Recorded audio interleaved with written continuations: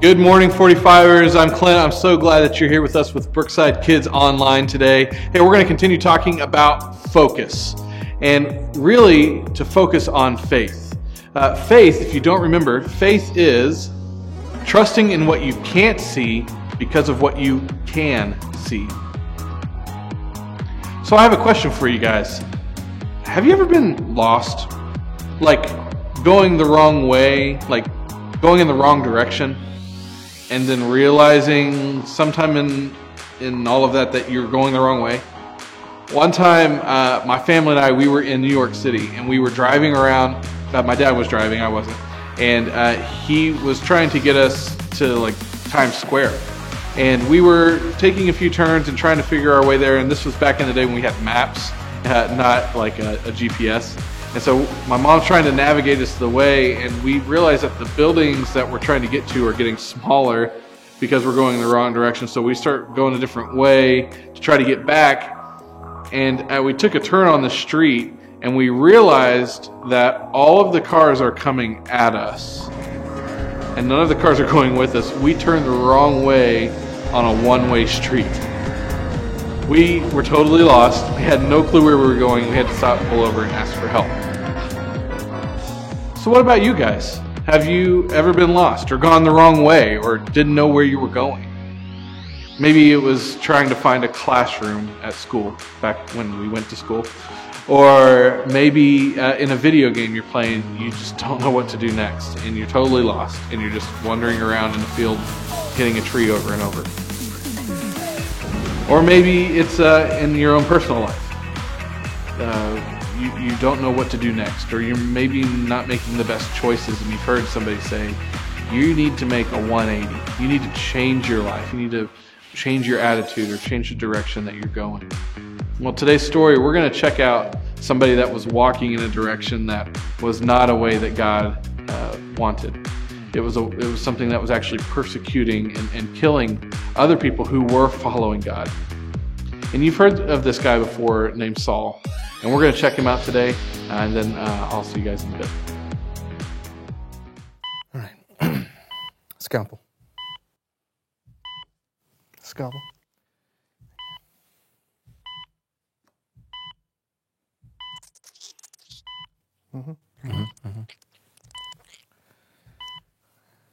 Prep the top for me, please.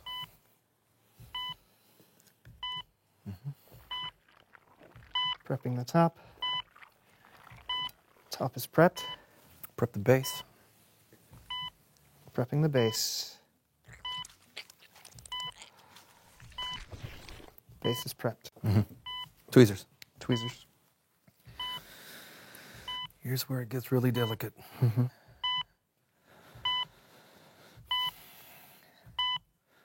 Wipe. Wiping. Wiped. Thank you. You're welcome.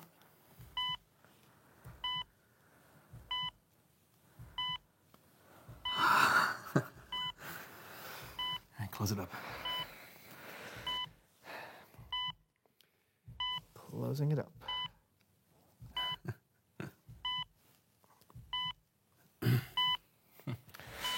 You did it.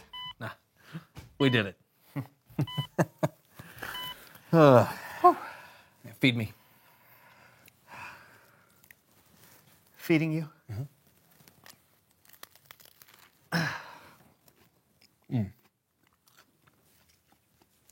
It's good.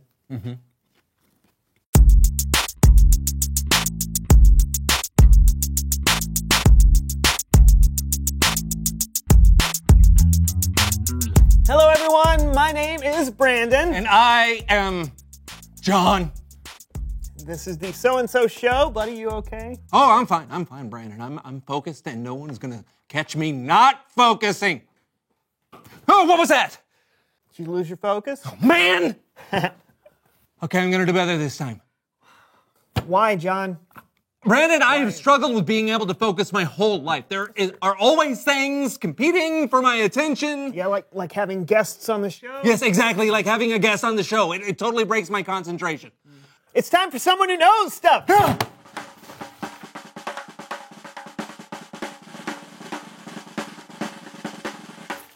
seat.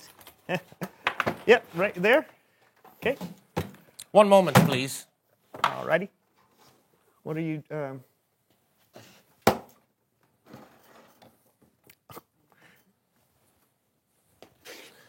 Hello. Guten Tag. How are you both? We're focused. We're good, Hans. Thank you so much. Can you tell everyone who you are and what you know?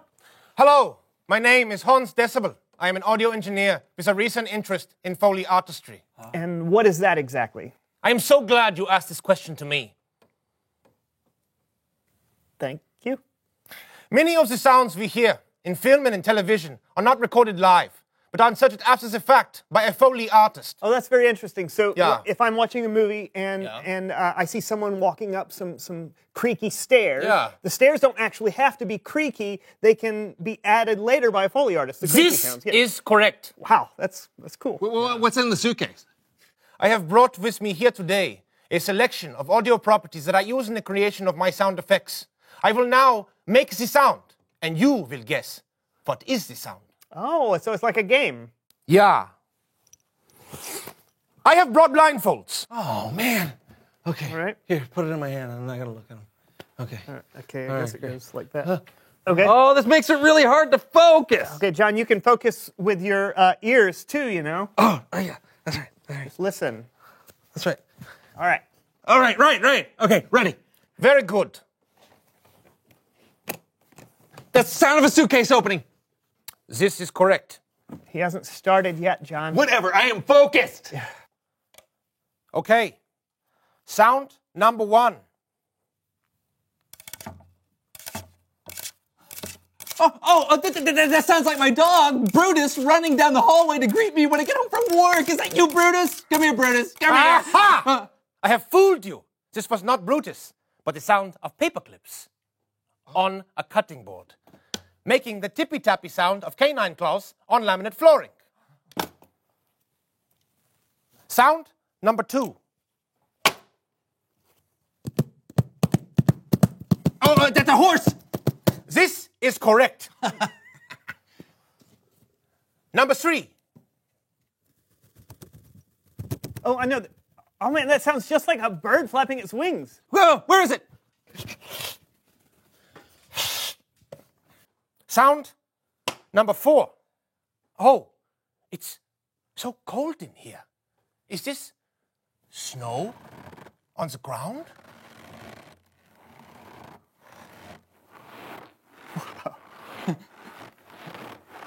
No, it is just a bag of cornstarch.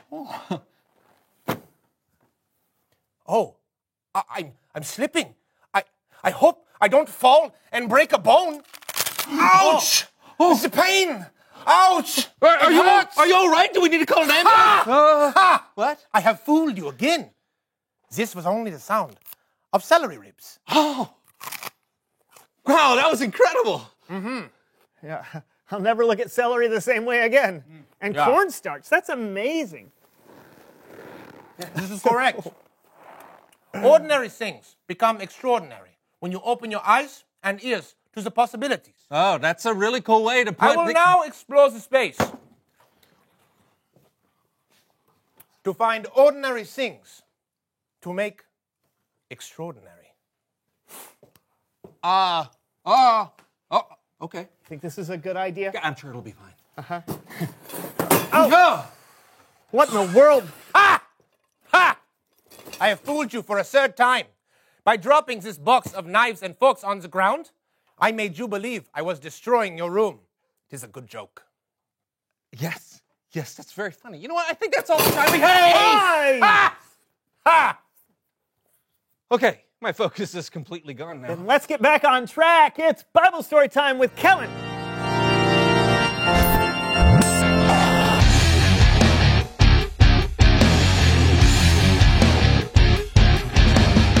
Hey, Kellen. Kellen. Kellen! Oh. Hey guys, sorry about that. What you listening to? I was listening to an old-time radio show. That's what people did for home entertainment before television. I used to listen to them as a kid. How old are you, Kellen? Actually, I think it would be really cool if we could tell today's story like an old radio show with sound effects and everything. Is Hans still there? Yeah. How did you? Take it away, Kellen. Okay, I now present Saul on the Road to Damascus, radio style. Jesus had been killed, and the people who didn't like what Jesus stood for thought they heard the last of him. But then a rumor started going around that Jesus came back from the dead, and more people were becoming followers of a new Jesus movement called the Way. They had to be stopped, and one of the people in charge of stopping them was Saul of Tarsus. I am Saul of Tarsus, and I shall do everything I can to oppose Jesus Christ of Nazareth. You there? Who? Me? Yes, you. Are you a follower of the Way? I am. Seize him. Saul went from place to place to find Jesus followers and have them put into jail. And even put to death. Saul asked permission from the high priest to travel to other cities so he could arrest even more followers of the Way. And that's why Saul was traveling on the road to Damascus.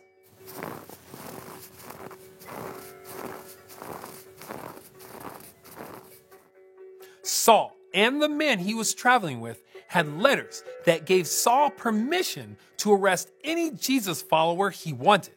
He was determined to complete his mission. He was focused. But then an incredible thing happened. A light from heaven flashed all around Saul and his companions. Saul fell to the ground, and he heard a voice. Saul, Saul, why are you opposing me? Who are you, Lord? I am Jesus. I am the one you are opposing. Now get up and go into the city. There you will be told what you must do. The men with Saul heard a sound, but they were unable to speak. The men helped Saul to his feet, but when Saul opened his eyes, he couldn't see anything, so he had to be led to Damascus by hand. For 3 days, Saul didn't eat or drink anything. What will happen next? Will Saul regain his sight? Will he continue to oppose Jesus? You'll have to wait until next time to find out. You can't leave it like that, Kellen. That's how all old-time radio shows end. You always have to wait until next time. Or you can read what happens next yourself. It's right here in Acts chapter 9. I don't like waiting. All right, then. Besides, there's a lot to learn with just this part of the story. Saul was so focused on his mission that he was missing what was really important. It took a bright light on a road for God to really get Saul's attention. Okay, I get it. So focusing is a bad thing. No, I just think we need to check in with God a lot more to make sure we're focused on the right things. Great idea. Thanks, Kellen. Yep, you guys know where I'll be. I'll see you around. That was fun. I agree. Hey, Much fun. Hans, you're still here. Yeah. I am here to say,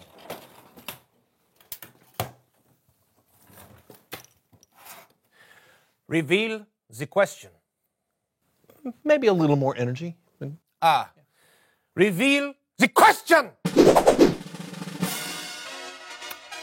That worked. Yeah. The question of the day is, how does God try to get your attention? Hey, that's a good question. You know, he's never appeared to me in a bright light, I can tell you that. Me either. Hans? Yeah. Many times. How does God try to get your attention? Is it like a small voice inside you, or a big crack of thunder, or is it something we've never thought about? Talk about it together. Sound waves. So mysterious. You're telling me. Hey, we'll see you next time on the So-and-So Show. Is that me? Yeah. Oh, all right. Brandon, do you know what today is? I do, John. What is it's it? our 150th episode! It's true! 150 episodes! That's right, so let's celebrate. Hey, count down with me, everybody. Come on, ready? 10, 9, 8, 7, 6, 5, 4, 3, 2, 1. I'll see you next week. Yeah.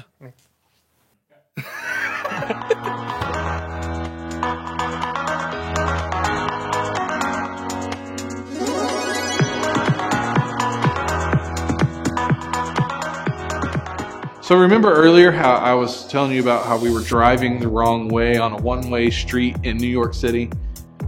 What would have happened if instead of us stopping and getting ourselves reoriented and go the right way, what would have happened if we would have just said, no, I think my way is the right way, and my dad just kept driving? What do you think would have happened? Yeah, there would have been a big wreck, and we could have gotten really hurt. Something, could have really happened that was bad. And there we are in one of the biggest cities in the world going the wrong way on a street. But we turned around and we decided to make the right choice and go the right way. Now maybe for you, you're not going to have like this bright flash of light in the sky that blinds you and have God talk to you directly and tell you to change the direction that you're going, a lot like Saul did. But maybe God is giving you little nudges along the way to help you make the right choice and follow His plan for your life. Maybe you have a friend, maybe that you say something mean to them, and that little nudge helps you to go and help reconcile that friendship, to ask for forgiveness. Or maybe we're anxious or fearful about something, and when we have those anxieties and those fears, we can look at the Bible and we can look at Scripture and we can read how God is always with us. Maybe God's always just trying to get our attention in some way and we just don't realize it. It's kind of like our key question today. How does God try to get your attention?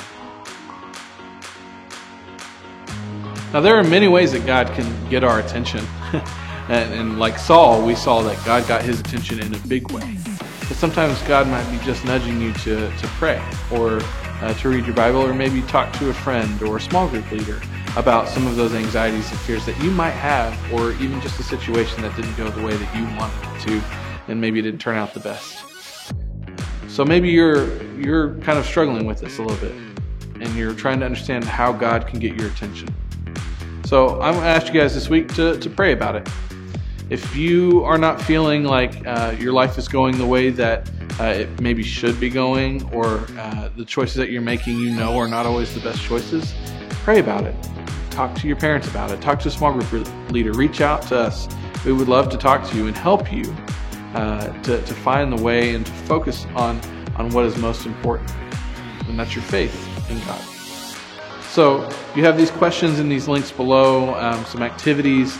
Go ahead and do those, work through those together, and then pray that God can help you focus on what's most important, that He would be able to get your attention, especially in those times that you need it. And the way to do that is to just simply ask God to help you. So we hope you guys have a great week, and we'll see you next time.